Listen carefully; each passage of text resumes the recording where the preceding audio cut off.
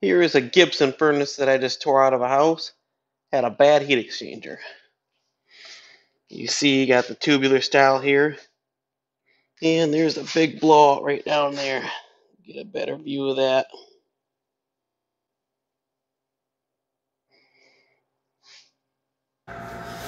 I also got a video of this firing up. You know, the customer's initial call was they had a poppy noise when the furnace would fire up. So I was like, that might be a bad heat exchanger. So we went out and checked it out. Of course it was.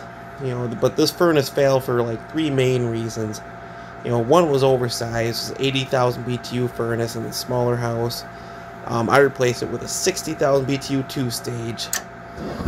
You know, it should have been vented in 3-inch pipe instead of 2-inch on this model. There was overfiring from the guy that initially installed it, didn't set it up properly, and the return was very restricted. It was an 8x20 drop with a 14x20 filter system. But here we go. The fan's going to be kicking on here shortly. Grab some popcorn. Right about now. There she blows. Yowza. Thanks for tuning in, guys. Enjoy the show.